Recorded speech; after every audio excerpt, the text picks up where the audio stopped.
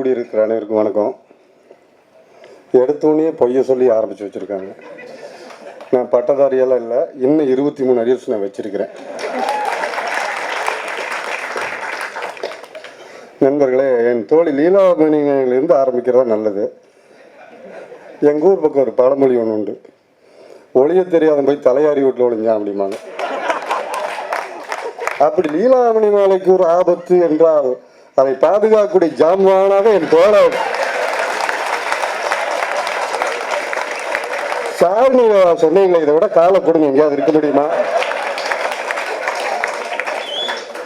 அவருக்கே சிக்கல்னா தந்திரமாக அமைதியாக இருந்து தப்பித்துக் கொள்வார். சும்மா இது நான் சொன்னேன். இன்னொன்று, வெற்றிமாறனோட இந்த படத்தை பார்த்தவங்களை கண்டு நீங்கள் பயந்துக்க வேண்டியதில்லை. இங்கே ஒரு பண்படுத்திய ஒரு தோழனை கூட்டத்தை தான் கூட்டி வந்திருக்கிறான் தோழன் வெற்றிமாறன்.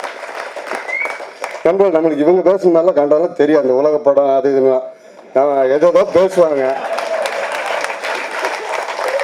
சும்மா காலத்து சுற்றிட்டு இருந்தன போட்டு வாயா உலக படம் பார்க்கலான்னு பயங்கரமான பல்கேரியா படம்னா அவன் 10 நிமிஷம் பல்லு விளக்கிட்டே இருக்கான்.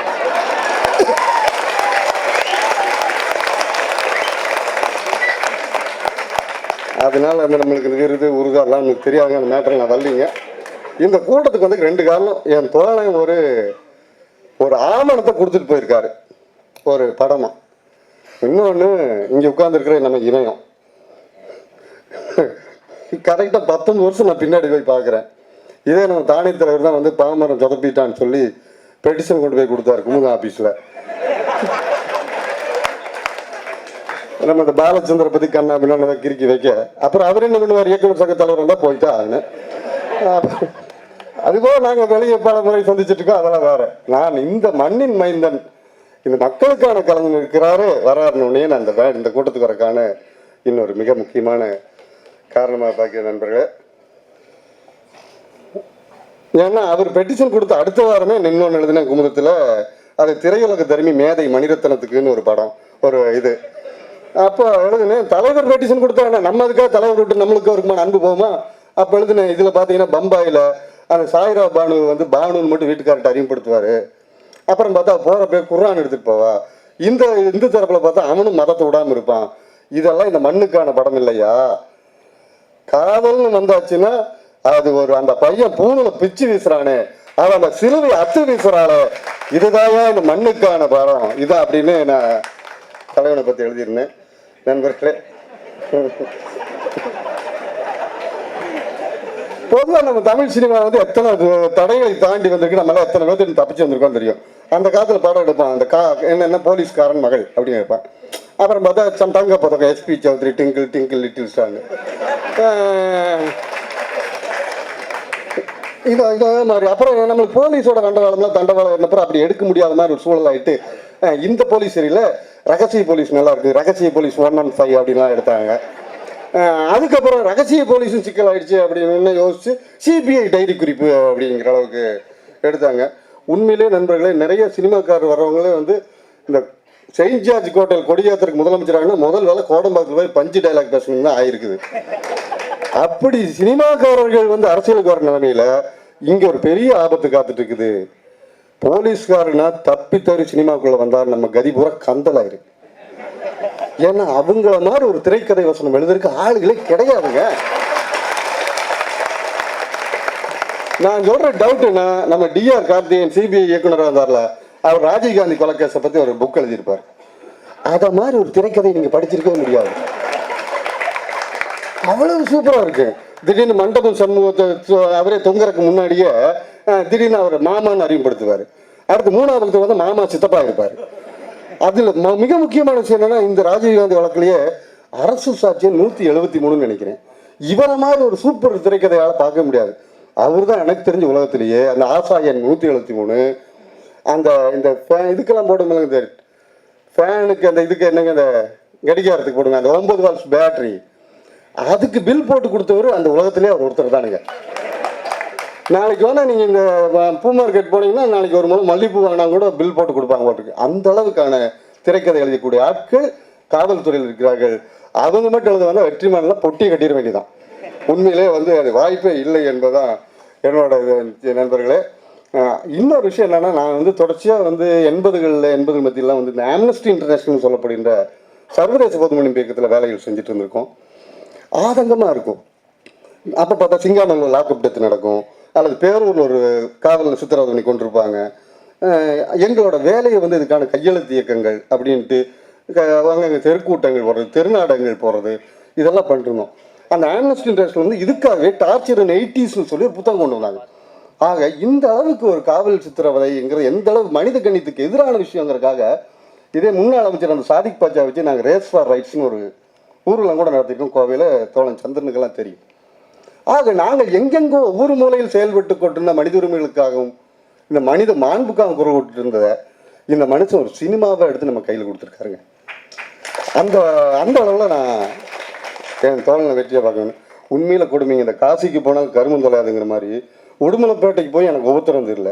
என் பொண்டாட்டி சும்மா இருக்காம எப்போ 3 நாளைக்கு முன்னாடிங்க போனால் அது ஒரு படங்க. தேட்டரில் போய் உட்காரேன். அது அநேகமாக கேன்ஸுக்கோ இல்லைன்னா வந்து ஆஸ்கருக்கோ போகிறக்கான சகல வாய்ப்பும் உள்ள ஒரு படங்க.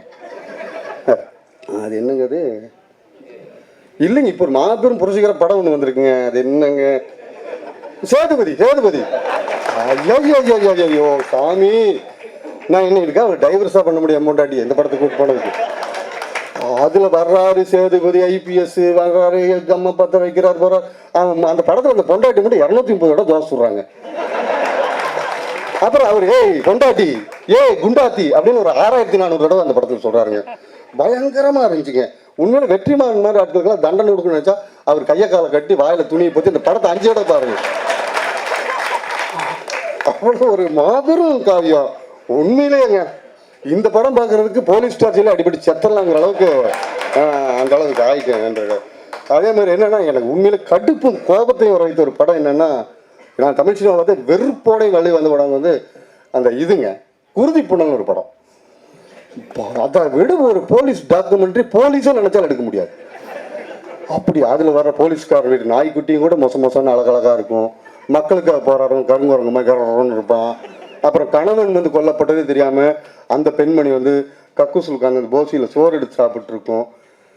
உண்மையாகவே எக்ஸ்ட்ரா ஜுடிஷியல் கில்லிங்ஸுங்கிற சட்டத்துக்கு மாறான படுகொலைகளை நியாயப்படுத்திய ஒரு படம் தான் அந்த குருதி புனங்கிற படம்.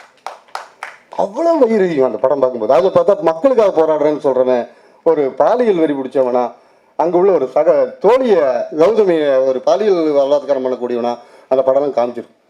அவ்வளவு ஒரு ஆதங்கங்களுக்கு மத்தியில் தான் நாங்கள் ஒரு தமிழ் சினிமா பார்க்க வர மொழிய மற்ற அந்த படம் இந்த படம்லாம் பார்த்துட்டு வர்றதில்லை.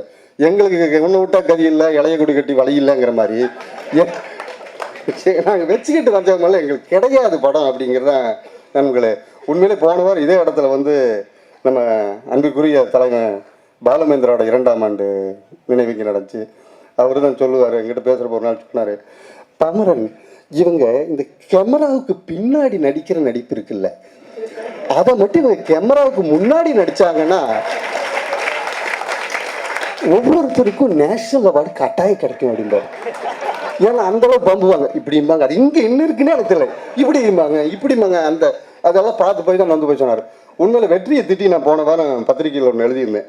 அது இது ஒரு விளங்காதவங்க நம்மளால இந்த டிவி நடத்த எது கேட்கணும் அன்னைக்கான டாபிக் அன்னைக்கு மத்தியானம் தான் முடிவு பண்ணுவாங்க. முடிவு பண்ணிட்டு என்னன்னு பார்த்தா விசாரணை படத்தை பற்றின விவாதம். என்னடான்னு பார்த்தா அந்த விசாரணையை பற்றி பேசுறதுக்கு 5 பேர் வந்திருக்கிறாங்க. 5 பேரும் நீ சந்திரனோட லாக்கப் படித்து தொலைக்காட்டியும் பரவாயில்ல படமாவது பார்த்து தெரிஞ்சுக்கோன்னா 5 பேரும் படம். நான் அந்த படத்தை பார்க்கல. ஆனால் இது போலீஸோடைய அதிகாரத்தை எல்லாம் கடுமையாக சொல்கிறாங்க. ஆனால் போலீஸ்க்கெல்லாம் அப்படி அதிகாரம் கிடையாது. ஏன்னா இந்தியன் போலீஸ் ஆக்ட்னு ஒன்று இருக்குது. ஏய் கேட்டது படத்தை பற்றி. இன்னொரு ஆள் ஓய்வு பெற்ற மீசக்கார போலீஸ். இந்த படம் இது சகாயம் எப்படி ஒத்துக்கிட்டாருன்னு வெற்றிமாறன் பேன் இப்படி உட்காந்துருக்காரு மூலையில். சகாயத்துக்கு அனுமதி வாங்கிட்டு தான் போட்டீங்களா? அவர் என்ன படம் நல்லா இருக்குன்னா அதுக்கு படம் இப்போ வந்து லீலாமணி திட்டுச்சு காட்டம் போட்டோம். ஏயா சகாயத்துக்கிட்ட கேட்க வேண்டிய வேலையை வெற்றிமாறன் கேட்கிறேன். இந்த மாதிரி கூண்டாங்க உலகத்துல வேணா இருப்பானா? என்ன கொடுமைன்னா அந்த தொகுப்பாளர் இந்த படத்தை பார்க்கலீங்க. பேச வந்த போலீஸ் அதிகாரி ஓய்வு பெற்ற போலீஸ் அதிகாரியும் பார்க்கல. அப்புறம் நம்ம மாலனு அவர் தான் இதெல்லாம் கோவலன் வந்து ஏற்கனவே கஸ்டடி டெத்து அது சிலப்பதிகார காலத்துல இருக்காடா பாவிகளா, எப்படியா இப்படிதான் சிந்திப்பீங்க, எனக்கு புரியவே மாட்டேங்குது அப்படின்னு. அப்புறம் கடுப்பாக எழுதினேன், ஓய்வு பெற்ற காவல்துறை அதிகாரி, ஓய்வு பெற்ற எழுத்தாளர்னு போட்டுவிட்டேன். எழுத்தாளருக்கு ஓய்வு. அப்புறம் உண்மையில எனக்கு இந்த படத்தை வருது சிஸ்டம்ங்கிறது. நாங்கள் ஒரு 20-30 ஆண்டுகளாக நெஞ்சு வலிக்கு தெருக்களில் போய் கத்தி நோட்டீஸ் கொடுத்து, இந்த அமைப்பு முறைனா இப்படியா, இந்த அமைப்பு முறையோட இது இருந்தது புரிஞ்சுக்கியா நெஞ்சு வலிக்கு கத்தி சொல்லி விளக்க முடியாதை, நாங்கள் பல நூறு புத்தகங்கள் எழுதி விளக்க முடியாதை வெற்றிமாறன் படம் எடுத்து செஞ்சுக்கணும். அப்படி இந்த படம் பார்த்து இந்த அமைப்பு முறை என்னன்னு தெரியலையா, நீராராடியா பேசின கேசட்டை கேளுங்க. இந்த சிஸ்டம்ங்கிறது எப்படி, யார நீராராடியா யாரும் பேசினா என்னென்ன பேசுனாங்க, இந்த சிஸ்டம்ங்கிறது இந்த அமைப்பு முறைங்கிறது எப்படி அம்மனம் அணிக்குங்கிற அந்த ஒலிப்பதிவு கேட்டா போதும். அதுதான் வந்து இதாக இருக்கு. எனக்கு தெரியும் காவல்துறை நிறைய நண்பர்கள் உண்டு, முத்திரைகள் உண்டு, கர்கரைகள் உண்டு, அப்பாவிகள் பாதிக்கப்பட்டவர்கள் உண்டு. ஆனால் அவர்கள் மிக சொற்ப எண்ணிக்கையில் இருக்காங்க. அவர்களுக்கு அந்த அளவு வலு இல்லாமல் இருக்காங்க. அதுதான் இந்த விதத்தில் பார்க்கும்போது, தமிழ் சினிமாவில் பார்க்கும்போது 10 நிமிஷம் முன்னாடி முடிச்சுன்னு நினைக்கிறேன் தலைவரை. இதுல வேற நம்ம கௌதம சித்தார்த்த வேற பம்பிட்டார். 23 பேர் கூட்டத்திலாம் பேசணும். அந்த 23 பேர்ல 22 பேர் சர்க்கரையெல்லாம் டீ சாப்பிடுவாங்க. அதுதான் அது மிக முக்கியமான இலக்கிய கூட்டத்துக்கான தகுதி. நீங்க அதை விட்டுட்டீங்க. இப்படி அந்த கடமைகள், லீலா சொன்ன மாதிரி கடமை கண்ணியம் கட்டுப்பாடு, அதெல்லாம் வந்து சித்திரவதைகளை நியாயப்படுத்துகின்ற படங்களாக, ஜஸ்டிஃபை பண்ணக்கூடிய படங்களா. அதில் பார்த்தா ரிப்போர்ட்டரோட பர்ஸை திருடிட்டு வர போலீஸ்காரர், இவர் சாரி திருடன், ஒன்று போலீஸ் வந்து விசாரிக்கும், 2 ஒன்று தான் மாறி மாறி வரும், அவ்வளோதான். அப்புறம் விசாரிப்பார், பிரியாணியெல்லாம் வாங்கி கொடுத்து சொல்லுங்கண்ணா ஒன்று பத்திரிக்கை குதிப்பார். என்ன இப்படி கேட்குறீங்க, 4 அடி அடித்தாலும் அதுக்கு தான். அப்புறம் சத்யராஜ் பெண்ட் எடுப்பார், அவர் உண்மையை சொல்லுவார். இப்படி நீங்கள் உண்மை என்று சொல்லி ஒப்புதல் வாக்குமூலம் எத்தனை பொய்யாகி இருக்கின்றன. பேரறிவாளன் தான் ஒப்புதல் வாக்குமூலம் கொடுத்தான்னு சொல்லி பேரறிவாளன் ஒப்புதல் வாக்குமூலத்தை பதிவு செய்த தியாகராஜன் IPS தன் மனசாட்சி உறுத்த அவன் சொன்ன வாக்குமூலத்தை முழுமையாக பதிவு செய்ய அவன் விட்டு விட்டேன், ஒருத்தனை தூக்கில் தொங்க கொடுக்கூடாதுன்னு வந்தான். அப்படிப்பட்ட ஆட்கள் உண்டு. ஆனால் இதில் எது நம்மளுக்கு என்ன பிரச்சனைங்க, இந்த காலேஜில் இந்த சிக்கல் எப்பவுமே இந்த பிட் எடுத்துகிட்டு போயே வழக்கமா, அதை விட்டுட்டேன்னா எந்த இடத்துல விட்டுட்டேன்னு ஒரு இப்படி கடமை கண்ணியம் கட்டுப்பாடு இந்த மாதிரி வந்துச்சு. காக்க அந்த இந்த சேதுபதியில் வந்து நான் இன்டர்வியூக்குள்ளேயே நான் முண்டாட்டி கொண்டுருவான்னு பார்த்தேன். இப்போ எல்லாமே இல்லைங்க பாவி, இன்னும் படம் முடிஞ்சு கொல்லிங்க. ஆனால் அவ்வளவு ட்ரை பண்ணுறாங்க. ஏன்னா அப்புறம் என்னென்ன யாராவது அசிஸ்டன்ட் டைரக்டர் ஐடியா கொடுத்துருப்பாங்க, இல்லை சார் காக்காலையும் பொண்டாட்டி போட்டு தள்ளிட்டானுங்க, அதே மாதிரி வேட்டையாடு விளையாடுன்னு போட்டு தள்ளிட்டாங்க, அப்போ இதில் வந்து இவ்வளோ உயிரோட வச்சிருக்கணும் அப்படின்னு யாரோ பயங்கரமாக ஒரு ஐடியா கொடுத்தனால விட்டா இருப்பாங்க. ஆக கொஞ்சமாவது ஆறுதலாக வந்த படங்கள்னு சொல்கிறது வந்து என் தோழன் ராம் எடுத்த கற்ற தமிழ். இந்த சிஸ்டம் எப்படி இருக்குங்கிறத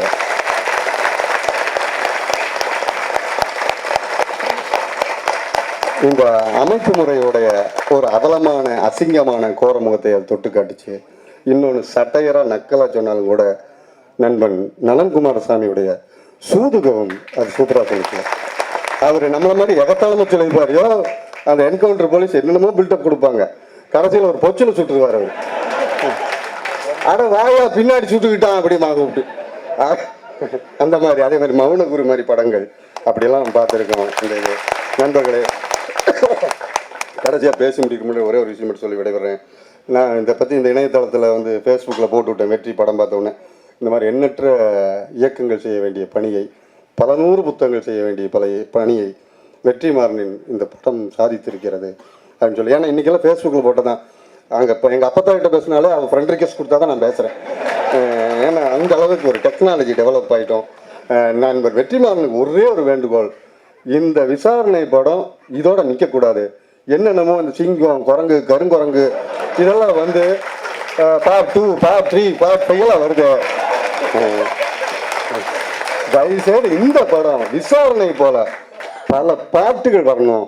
ஒன்று வெற்றிமாறன் பிடிச்சதுக்கு என்ன தீர்வு சொன்னையா, நான் அவர் என்ன லேகி வியாபாரியா, வயிற்று வலிக்குது, இதை நம்மளால எங்க போனாலும் பிடிச்சிக்குவான்.